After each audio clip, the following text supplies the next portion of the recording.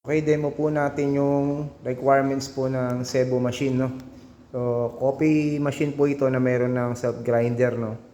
So, umpisan po muna natin sa paglalagay po ng tubig. Ito na po yung pinaka-water tank po niya. So, lagay po natin. Sa likod lang po yan. Yan, so ayusin lang po natin yung pagkakakabit. So, make sure na nakalubog siya kasi may water pump po yan na hihigop dyan para dyan. And may filter na rin po. And then yung coffee bean po natin dito po. So yan.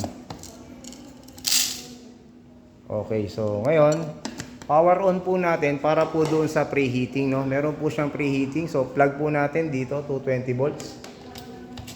So yan. Yan po yung display po niya. Yan. Mamamatay and then power on.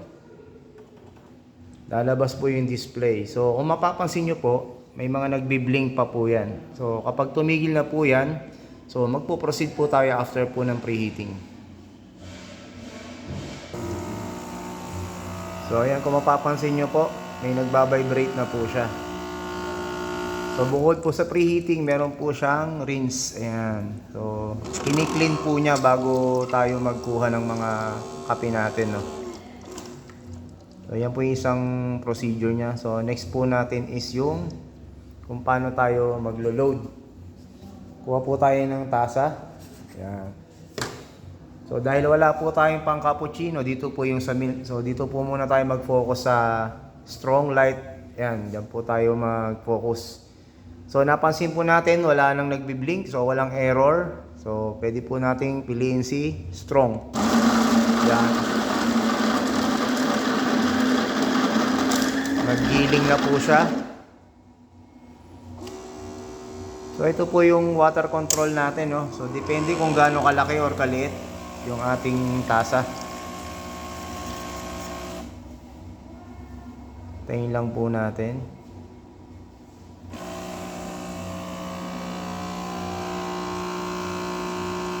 Ayan na po siya.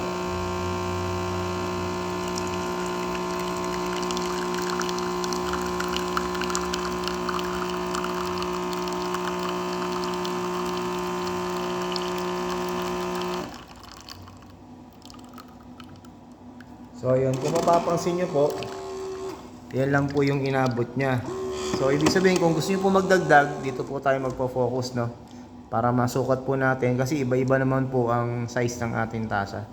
So next po natin is proceed tayo. Dahil ayun nga po, kulang po yung ating ano natin, yung kape natin. So ito po yung add water po natin sa ibabaw. So pihitin po natin. So ayan. Nagsali na po. Okay. Ayun, pag okay na po yung level, so yun na po yung ating produkto na kape, no. So next proceed tayo sa ibang function. And then next procedure natin, paano ba natin malalaman na nagse-self cleaning po siya? So dahil naka-off po siya, on po muna natin. Power on. Yan. So bilisan natin. So gawin natin power off natin. Tingnan natin kung ano mangyayari. Yan, may nag-vibrate na. And then, check natin yung cover. Kung may mag-steam or mag-clean. So, tingnan natin. O, yun, lumalabas na nga yung water and steam niya. So, nag-clean na po siya. May self-cleaning po siya. Every water, every power on ng unit at saka every power off, meron po siyang self-cleaning. Okay, next procedure po natin, mga minor trouble. Okay, minor trouble naman po tayo, no? So, simulan po muna natin sa door open. So hindi lumapat po yung pintuan niya. So pakita po natin, tingnan natin kung mag-biblink. Yan. So kung napansin nyo, mag-biblink siya. Yung door open, ayun po. Dahil hindi siya nakalapat, no? So dapat po natin, tingnan natin kung mawawala, no? So yun. So ayun, nawala po yung blink po niya.